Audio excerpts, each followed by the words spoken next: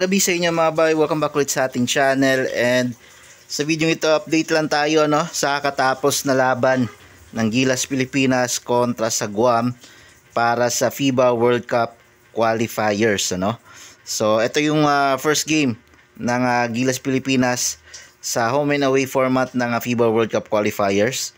So mga kalaban natin dito is New Zealand, Guam and Australia sa grupo natin. So first game natin is kontra sa Guam, and home court to ng Guam mga bay, ginanap to sa Guam, and sobrang dami nang nanood. So panalo yung Gilas Pilipinas mga bay sa score na 87-46. So tambak malala yung nangyari sa Guam mga bay, Actually maganda naman yung simula ng Guam. First quarter going to second quarter, lamang sila. Hinawakan nila hanggang sa ayun na nga, tuluyan ng bumulusok sa second half yung Gilas Pilipinas. Okay, so check natin dito yung box score mga bay, sino yung mga best scorer dito sa Guam. I think si Jericho Cruz yata yung best player, at saka si Ty Wesley. Yan. So si Jericho Cruz with 17 points. Babad na babad si Jericho Cruz dito mga bay, 30 minutes sa game na to. I think siya yung may pinakamataas na playing time dito sa team nila. And then sinundan siya ni Ty Wesley mga bay, yung sentro nila. Maganda din yung pinakita nito si Ty Wesley mga bay with 12 points. Ayan. Tapos sa Gilas naman,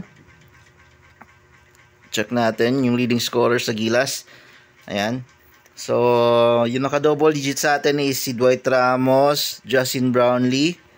Ayan. So yan, si Justin Brownlee pa rin yung best scoring natin dito sa game na to with 22 points, niludan ni Dwight Ramos with 10 points. So actually lahat na-contribute sa game na to.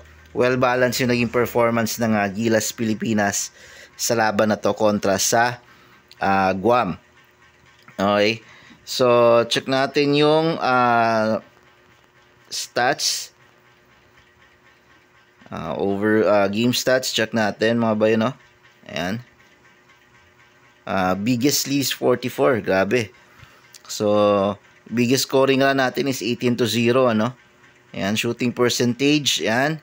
3 point medyo mababa yung sa Guam, 14.7% lang, sa atin is 25%.